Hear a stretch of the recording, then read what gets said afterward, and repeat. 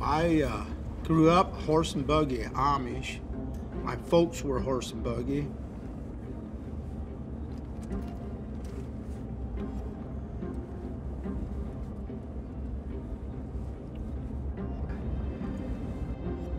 They wanted me to drive horse and buggy for the rest of my life, and it was hard for my parents.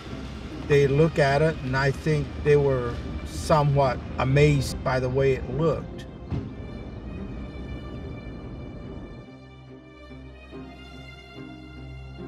It just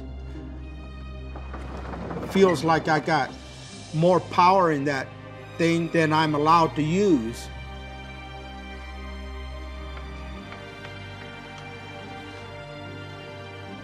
I was 18 or 19 when I first saw the car. Would have been at a Sunday night singing, I'd say, where the Amish kids from 16 and older used to get together, and it was a singing. My first cousin, Annie Mae, her boyfriend, Larry, come driving in there, and I thought, wow, what is that? It was a red, white, and blue Javelin. So I remember going out, meeting him, and let me sit in here a little bit.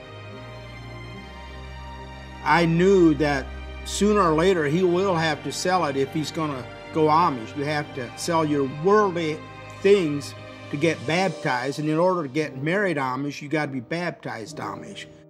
I thought, shoot, this is my chance to get one like that. I liked it.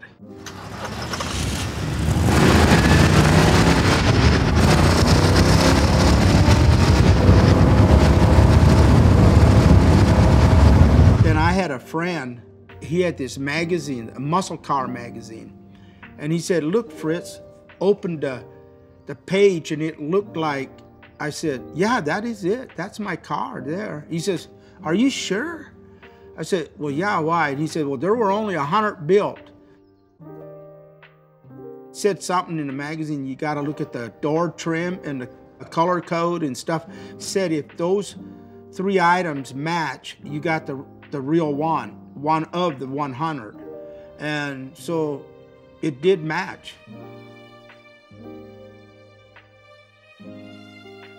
In '86, I decided to restore it. It was just a mess. I mean, I had quit driving it. I had about 3 different people that said, oh, we'll restore it because it's a special car. Then it'd sit at a place for maybe about a year or so. And finally, I gave up on that and parked it in one of our warehouses in Shipshewana. And then I found out about the museum in Shipshewana. I asked around, I said, who restored these cars? And then they were saying Eric LaVine and his family. And so I got a hold of them. What they've done for me, my car, is unbelievable. That was what I was after, is try to make this car look like new. And then their son Travis, when he said, I'm doing hours of research on that car, I thought, holy moly. AMC, they were headquartered just outside of Detroit in Michigan, and they had one of their main plants in Kenosha, which is where the Javelin was built. Javelin started in '68. They also started the Trans Am Racing Series in the same year.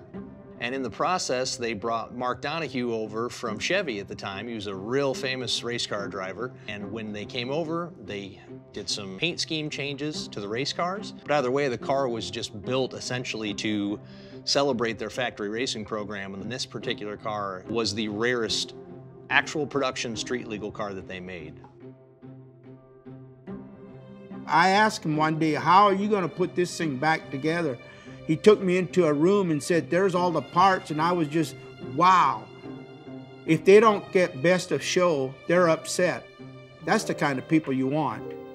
When I seen how the judges crawled underneath the car with flashlights, I thought, wow, what are they looking for? And the head guy said, this car is nicer than new. Then another one said, well, it's almost too nice. Too nice? I had never heard of that, but I thought, holy moly, that's, wow. Mine's the first one and the only one I've ever seen that is this nice and restored. to fulfill a goal would be to win the nationals. The fun stuff about it is driving it. Squeal the tires if you want to, or go fast. But I always had to watch what I did, because you get to know the cops by first name when you have a car like this. They always said, Fritz, if you do something wrong, if we don't catch you now, we'll get you later, because you're not going to hide with that car. That car does not change colors.